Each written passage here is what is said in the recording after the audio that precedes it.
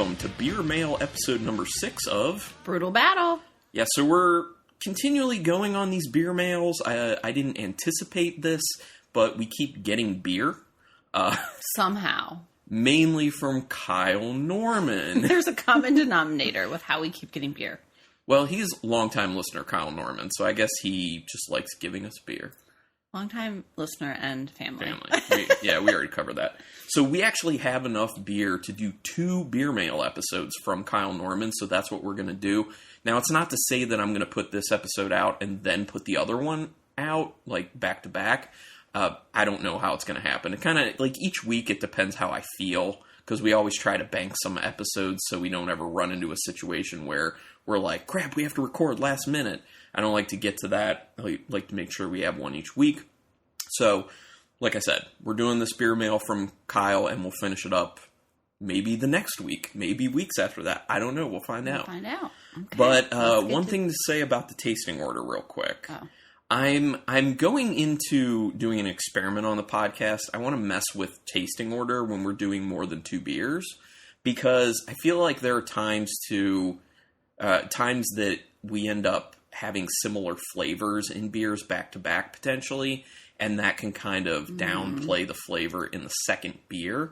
So I want to try and get away from that as much as we can. So, like, if we were doing like 2 IPAs in a row, like, you could have tropical flavors in the first one and have them in the second one. So if you're getting it in the first, you don't taste it as much in the second. Right, fair enough. So I want to kind of vary things up. The other good thing about this is, since people kind of, if you've been listening to the podcast, you probably have an idea of, oh, I know what their tasting order is. So, okay, they're starting with the IPAs or like lighter beers. If they have lagers, put it in there. Then they're going to get darker. And by the time we get to the 4th beer, they're like, it's going to be a stout. So this will introduce more of a mysterious situation. The only thing you'll kind of know going into it is they're not going to have 2 beers of the same type back to back. Okay. So well, let's get going. We'll jump around. All right, so the first of all, these are all 16 ounces, 16-ounce cans. The first one is a hoppy beer. It is by Masthead Brewing Company out of Cleveland, Ohio. Don't know anything about Masthead. This is their Sleigh All Day, and that's as in Santa's sleigh. It's an IPA with spruce tips. I love this style. I hope it's good. Makes me think of Pennsylvania Tuxedo by Dogfish Head. I think we've only had one other beer that has, like, intentionally like pine needles in it. Was it Block 15? Yes, it was Block 15. Good memory. You usually don't remember stuff like that. No, I don't. It's because I really particularly like this style. Oh, okay. And also, I guess it's easier because we haven't had that many of them. If I had been like, what was that other hazy IPA you liked? I would have no idea. Be like, I don't know. Plus, I love, like, the can makes me feel warm and cozy. It has little Christmas lights around the top. Oh, I don't think I said the ABV. No. I did not. It is 7.5%. So, what does it look like? Really orange. It's I was going to say darkish red, almost. Yeah. I feel, at least in my lighting, which isn't as good as your lighting currently, it's like a dark orange / a little brown in there. It's kind of a weird color. Yeah, it's real dark. I'm assuming that's because of the spruce tips. I mean, there are sticks in there with the spruce tips. Tips and sticks? Yeah, tips and sticks. A little bit of a head. I love the way this smells, because it's not overly piney, but there is pine, and there's also some, like, sticky resin. Ooh, yeah. Oh, yeah. Like, kind of syrupy, but not in a bad way. No, in a really, really good way. A little malty. I'm getting some malt characteristics. I smell a really deep orange flavor, like concentrated orange. That was my next, like an essential oil orange. Okay. The point you make about the pine really makes me zero in on the fact that I don't think I would know if this was blind if it was with spruce tips. The pine smells like it's probably just coming from hops. Yeah, I would agree. This is a really nice nose, though. Yeah. I love the smell of this. It has a decent bitterness to it. This just smells really good. It reminds me a little on the nose with the resininess and the orange and everything. Kind of smells a little bit like the beer resin by 6 Point Brewery out of New York, Brooklyn. It with the can and everything, it definitely reminds me of like a Christmas tree. The smell? Mm-hmm. So you tasted it. What do you think? It's a little flat. It's not as carbonated as I kind of want it to be. I'm fine with that, to be honest.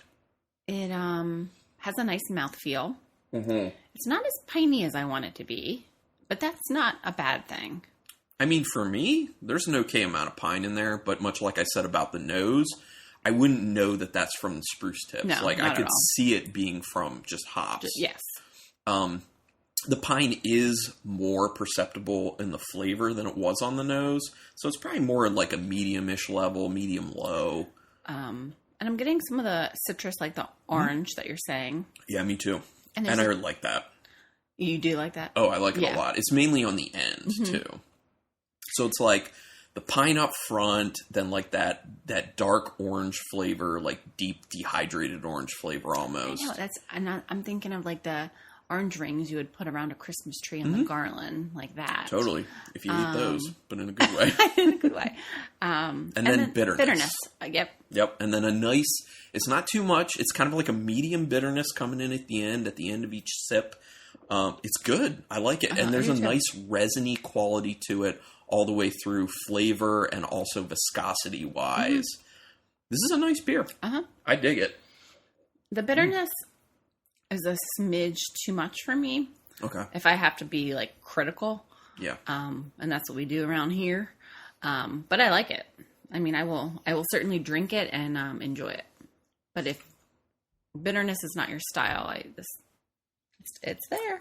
So to my recollection, I would say I don't like this one as much as Pennsylvania Tuxedo by Dogfish Head, but I do like it more than the Block 15 one we had.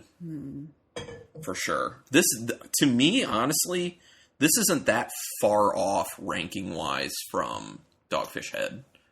If someone asked me, they were like, I like this style, I would obviously say, we'll get Pennsylvania Tuxedo, but I would follow it up with, you know what, Masthead Brewing also has a really good one. Okay. We're moving on? Mm-hmm. This is the kind of episodes I like. It's just like rapid fire drinking. Bam. Makes you sound a little bit like a lush. Well. Oh, okay. Boom. Crazy. Stout next. Yeah. Sunrise Surprise. It is a brunch stout brewed with coffee cakes. Interesting. Yeah. It is 13%. It is from Rotunda Brewing Company, which is in Annville, Pennsylvania.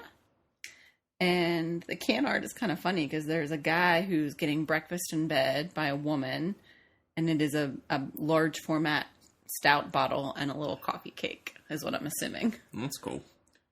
It's kind of cute. Yeah. All right, let's pop this sucker open. Yeah. So 13%. Coffee cakes. Coffee cake. I don't know about this. I'm excited. To be honest, I don't know. We'll find out. Ooh, man, it's dark. Dark as hell. What was did you say the ABV? Yeah, 13. Oh, yeah, that's right. High. I don't want to give us too much of this. There you go. That's a decent amount. Okay. It is dark. Yeah.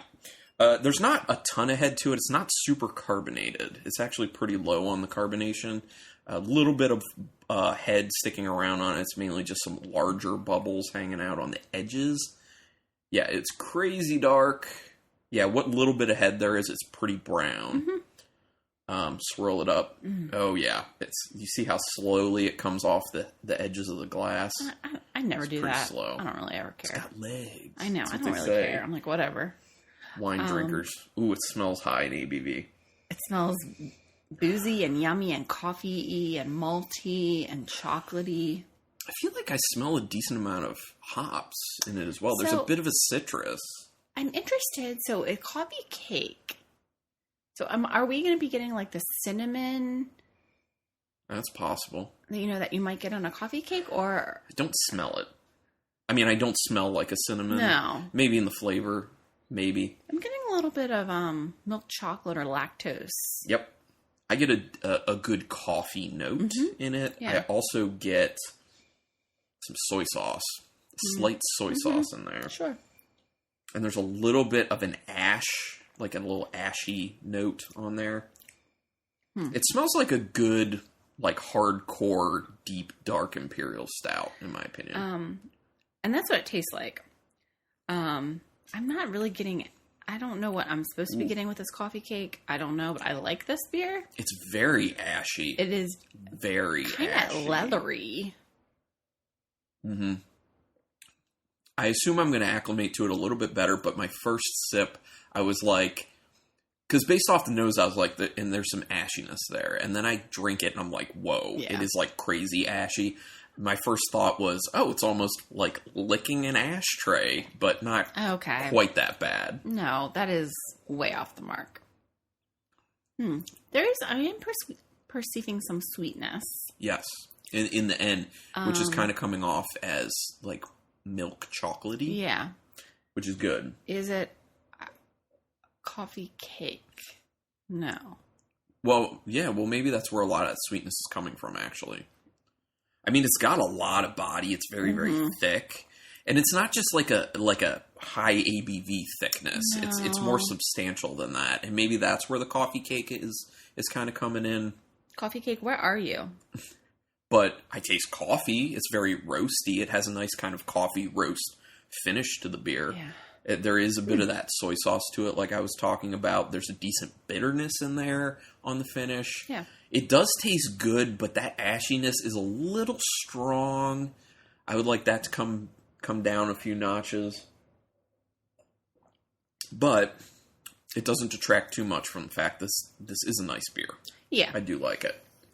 I don't know what I was anticipating, but You know, it's hard. Yeah. It's always hard because I'm like, I feel like you missed the mark with the coffee cake, but you still did a good beer. Well, here's the thing. Beers like this, the way I go into them now, because I feel like we've had enough of those types of beers on the show where it's like, and we threw a bunch of like pre-made crazy stuff in there, like whether it's, the one we had with the pink frosted donuts in it, or, we usually don't taste it. No. So every time I see one of these, like when I saw this beer, I was like, I'm just going to expect an imperial stout. Yeah. Because I feel like I'm not going to end up getting the coffee cake in it anyway. It seems more gimmick than anything nowadays. Yeah.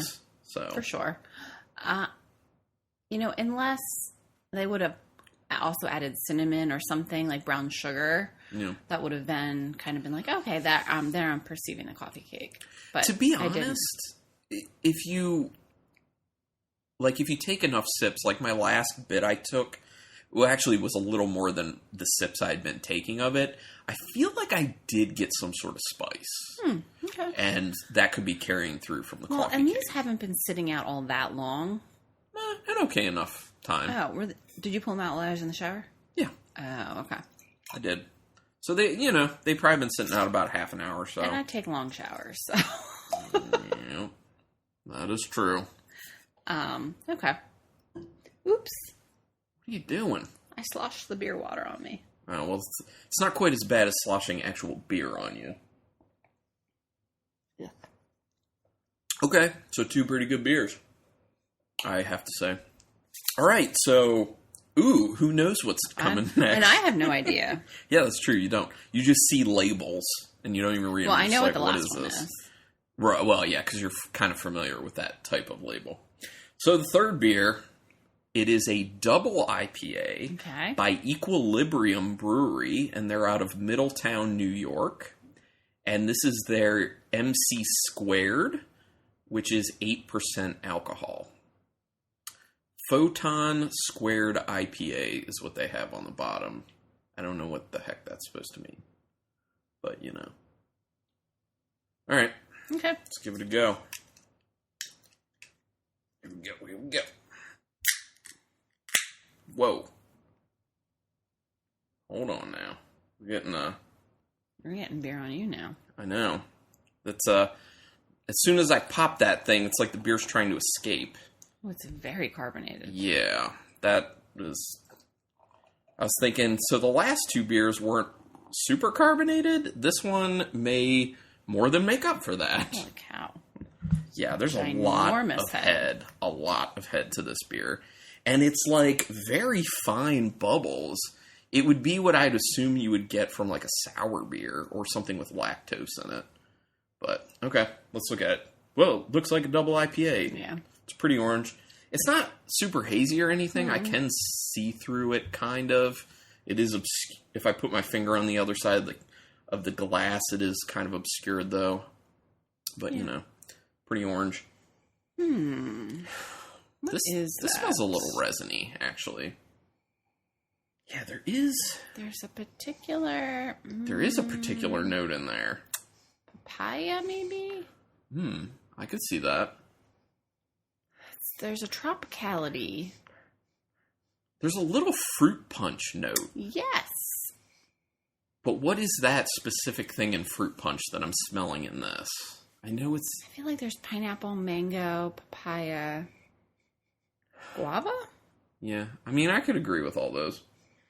Yeah, there's an interesting tropicality. Yeah. Tangerine. It's like a... But, yeah, there's something, I don't know. Yeah, there's something I'm familiar with that I smell in this that I just can't name it right now. Are you feeling like it's a fruit? Yeah, oh, definitely. Yeah, but I feel like... It definitely smells like something that I'm used to. But everything that you've thrown out, yeah, that definitely makes sense. You think there's something else that I didn't name? I don't know. It's almost like if you keep sniffing it, it's almost a little lemonade-like, which is weird. It's like a tropicality, a little lemonade to it. It just smells really fruity. Yeah, super fruity. Pretty interesting for that reason. All right, let's see if we can identify that thing in the taste. The thing is in the taste. This is going to bug me. Oh, God. But it's almost too fruity and too sweet. It tastes like orange honey. Okay. Doesn't it? It's like really sweet. It's really sweet, and it's very, very orangey. Yeah. But it's almost a little artificial orange. Yeah, this is weird. This is a weird one. There's no bitterness, for sure. I'm not sure how I feel about this. Yeah, I mean, it's just IPAs are so hard. I know. I like it and I don't like it at the same time. You know what I mean? I mean, I think I will enjoy this can. I don't think I need to have it again. I won't be sad when we're done drinking it. Yeah, I agree with that. So it almost tastes like... No, I'm getting a little bitterness now. Yeah, there's a little on the end. Yeah. It almost tastes like if you took fresh squeezed orange juice and fresh squeezed grapefruit juice, put them together, and then you let it go stale for a bit. No. That's what it tastes like to me. It doesn't taste like And then there's a lot of honey on the end, isn't there? I don't perceive it as honey, but I get the sweetness, so I see where you're going with that. Which reminds me of like orange blossom honey, you know?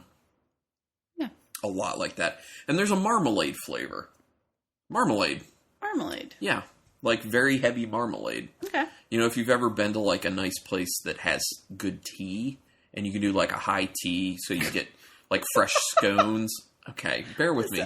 So you get fresh scones, but in addition to like the Meyer lemon curd that you get, or like the Devonshire cream, you also get like an orange marmalade preserve. That's kind of what this tastes like to me. And I don't like that.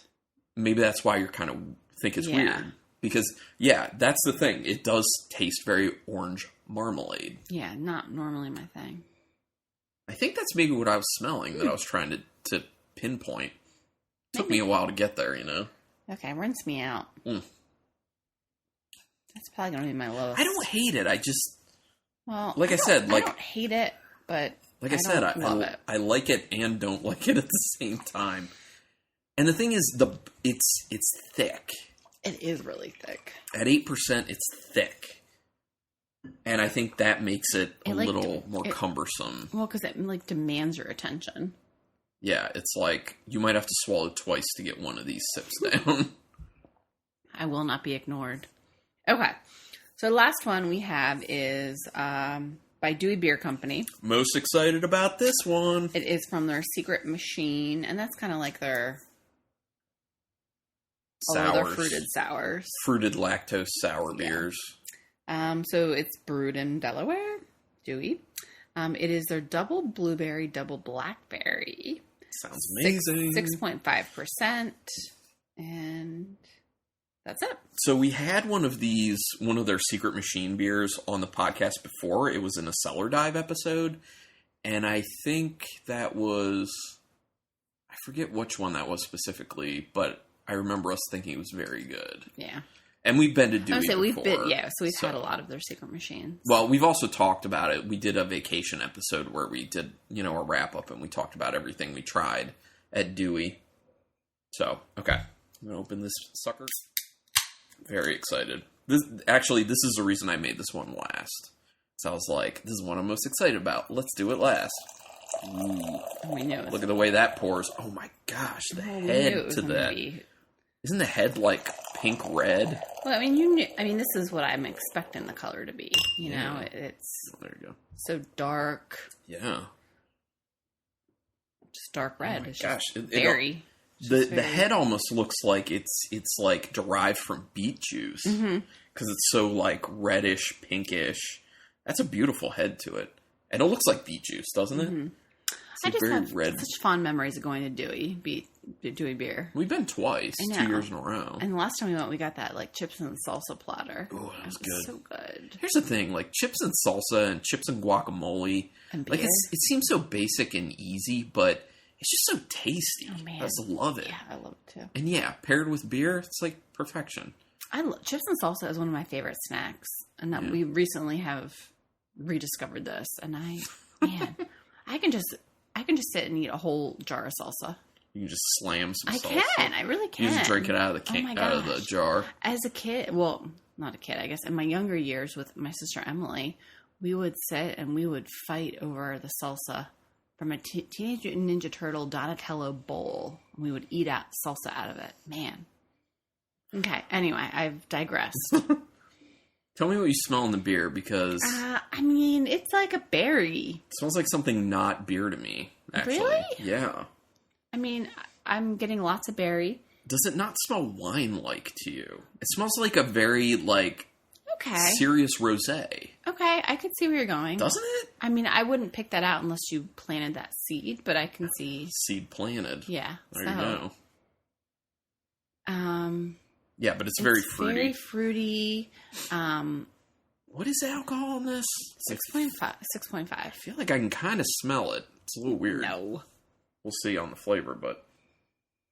Okay, and I can see that. Where you're going with the wine now. Yeah. I feel like it's very strong, which is weird to me. But I feel like I do get a sweet honey note in the finish as well. Mm. I don't really smell Naked Cheerios, which I usually smell with these beers. Okay. I just took my first sip. Well, it's flumming me up already. Ooh. Mm-hmm. Yeah. It's good. It's so good. That's a kick of sour right there. I like that. It's, and these types of beers, they're like sour, but not too sour. It's just more that tartness, kind of creaminess, and very fruit forward. The sourness hits you real hard up front, and then it just dissipates. And it is enough to create a phlegm factory in your mouth. Now, I'm trying to think if I pick out blackberry and blueberry. Nope. I would just be like berries. If it was blind, I'd be like, berries, nondescript berries. I don't feel like it's a strawberry. Mm-mm. Raspberry, yeah, maybe. Blackberry, blueberry, sure. Yeah, raspberry, maybe. I agree with that. That's fine. I don't really care. Black I like currants, whatever. Currants. With the level of tartness in there, I would say maybe some cranberries thrown in. Yeah. I don't know. I don't really care. I like it, though. Yeah, this beer is... really good. Yeah, this beer is tight. So we got this, I guess... Kyle and Kelly went down to Rehoboth and then went to Dewey and they went down for their Sea Witch Festival. which was in October. Yeah. So that's how we got that one. So when you continue to sip it, it kind of tastes, because of the tartness, it kind of tastes like, you know how if you go to some restaurants, they have like special lemonades? Yeah. Kind of tastes like a, berry lemonade in a way, but beer form. It's good. I don't know about that. Oops.